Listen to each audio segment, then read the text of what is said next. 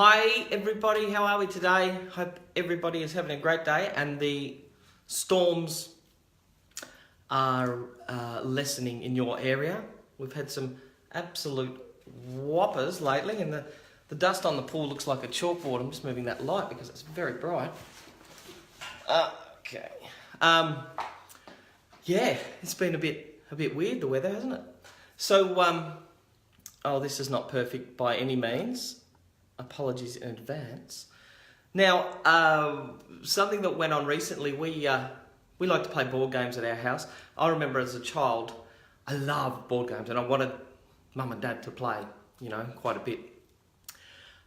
Very traditional family I grew up in, and mum and dad worked very, very hard. So there wasn't a lot of time to play board games and do those sort of things. Cards actually was one thing I really wanted to learn about, which we did, but it wasn't often.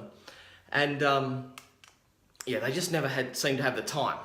Mum, not your fault. Please don't take any offence. So what then happened is it would be myself and my brother playing. And that's really where we learnt to be a little more resilient. And often Mum and Dad would have to come and intervene because a game of Monopoly could turn into World War III. Because my brother cheated quite a bit. No, he didn't. Sometimes we both tried to get the upper hand in some way. So Mum and Dad would actually spend time trying to navigate our emotions, and a bit of fun. Fond memories now. At the time, not so much. Board games and board games, card games. They're a great way to get some of that incidental learning happening. All right, and recently we were sitting around the table and we were playing Monopoly, funnily enough.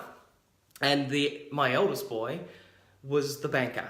He loves being the banker, of course, loves handling the money. And it's just a quick note. It's actually been proven something like 15 repetitions of play.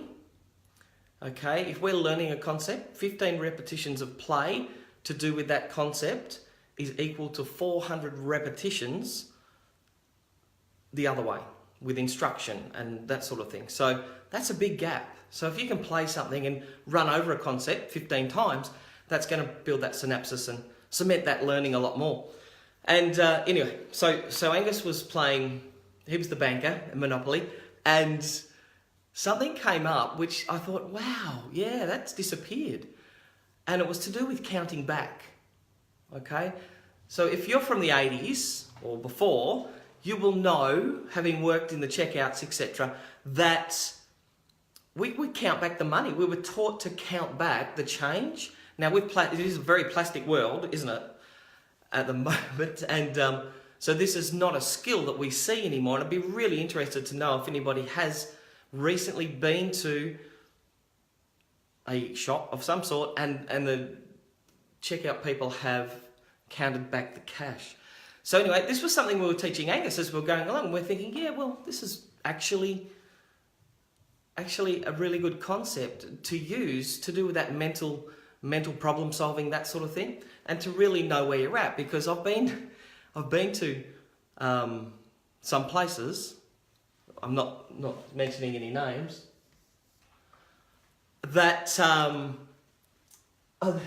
when they've typed the wrong thing into the box, and I've handed over cash, and they've lost their train of thought. So they've hit the cheeseburger or something twice, and they just don't know where to go, and it's a matter of cancelling out and starting again.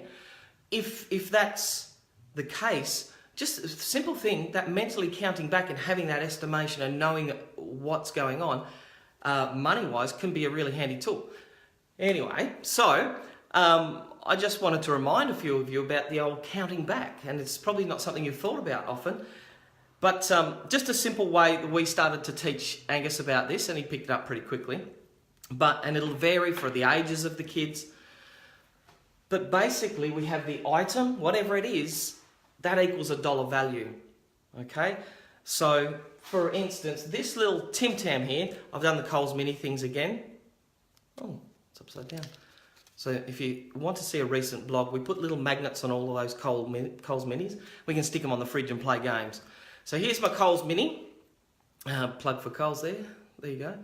And that equals a dollar amount. So let's say that it equals $2. So this Coles Mini is the item and it equals $2. All right, so the Coles Mini equals $2. Now, so that equals $2. So it's $2 plus whatever change. So now we have to have the other person on the other side of the register hand us an amount of money. So here we go. Here's the, random person, where are you? Over this side? Oh, there we go. Oh, thank you very much. I will have that $5. And here is your Tim Tam, which cost $2. All right, so I'm taking the 5. What I have to do is now make the change to 5. Okay, so now there's the $2 Tim Tam, okay, plus the change. So what we then do is hand them the item and say, that's $2. Here's $3. Oh, I don't know if you see that. And then another 2 makes 5. So they have the item and they have $3 in change. So they're happy. That equals $5 and away we go. So we're counting back. Now if it was $20, for instance, put the mini over there. So if it was $20, they would hand us the money. They're paying for the item. We would then give them the item and we would go, we start from the smallest to the largest, and then we would go $2, $3, $5, $10, and 10 plus another 10 makes 20. So all of that equals $20. So I don't know if you remember that skill, but it is something that, I think should be back in a way. It does help with customer service as well, and helps you keep on track and not second guess yourself if you're on the checkouts, okay? Now, by the way, I won't go to self-serve checkouts because I think it's taking jobs away from our youth, and I'm very old and crusty. Well, that was me just checking in. We had a great game of Monopoly and I didn't win. It was actually my wife who won, I think. So, that's that one. All right, well, I'll check in for Free Thing Friday next week. And happy if you want to know anything or see anything or you want me to talk about anything. I know there's been a lot of people worried about next year and getting started for school. If that's the case, guys, let me know. We've had a few emails along those lines, so I will attempt to help you out in that area.